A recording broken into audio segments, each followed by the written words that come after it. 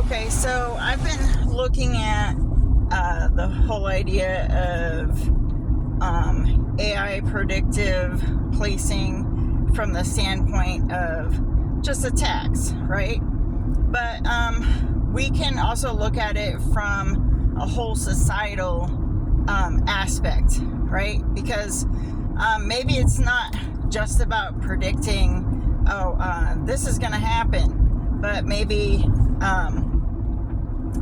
there's also a focus on, this person fits a profile, right?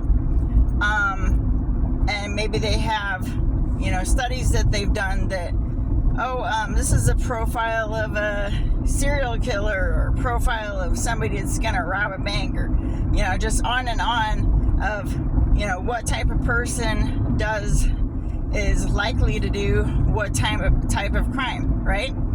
Now, in that statistic, I'm going to imagine it's going to say something like, what percentage of the people that fit that profile are actually going to commit that crime, right? Because if the government or corporations or whoever is going to decide to discriminate against somebody, or monitor them closely, or maybe deny opportunities in their life based on them fitting a profile, you might want to ask, out of 100 people fitting the profile, how many potential bad apples would you get if you didn't do all that destroying of their lives, right? Okay, so that's another part of it. Okay, so maybe that might seem a little bit far off, like, we're not there yet, right? Our government and corporations don't do that, right? But then you might want to look at what they do that they try to cover up, such as using people's credit score for determining insurance. And what I've researched on that basically is, it's not that they think that certain people that fit certain profiles, right, they have the low credit or whatever, whatever other factor they're putting in there, your marital status and age and all this other stuff, that they're just legally able to discriminate against us about.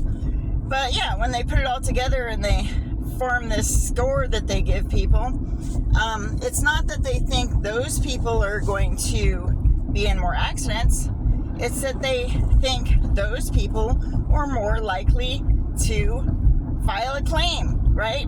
So what does that mean? Does that mean that there's certain people in certain income brackets that would buy insurance because they're required to, but what they would do if there was an accident was pay out of pocket? So they're just worried about the people who would actually use their service, right, that they're paying for, and then charge them more if they fit the profile of the person that might actually, ask for money to pay for an accident or whatever happened. Okay, now we can take this a step further, because my first scenario I was looking at was violent criminals or, whatever. But what if the government or corporations use this AI predictive profiling or whatever to maybe save the government some money, right? So if the insurance companies are afraid of people filing claims, what if the government was afraid of people filing for disability, right? Somebody fits a particular profile based on their medical history or whatever else they're not really supposed to have their nose in, right?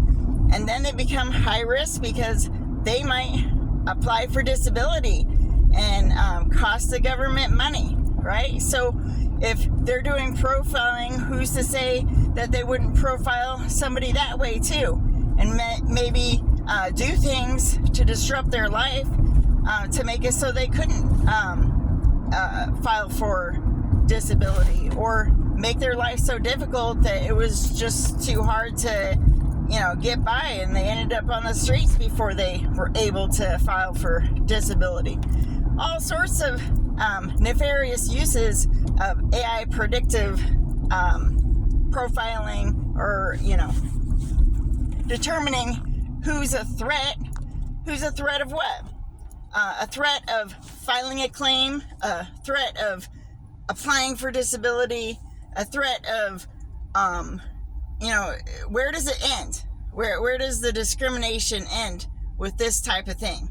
And I don't see that it does. If we just sit back and see that shit is happening and we're just fine with it, that they're gonna charge people double because they're afraid of maybe someday down the road they're gonna end up filing for something, no.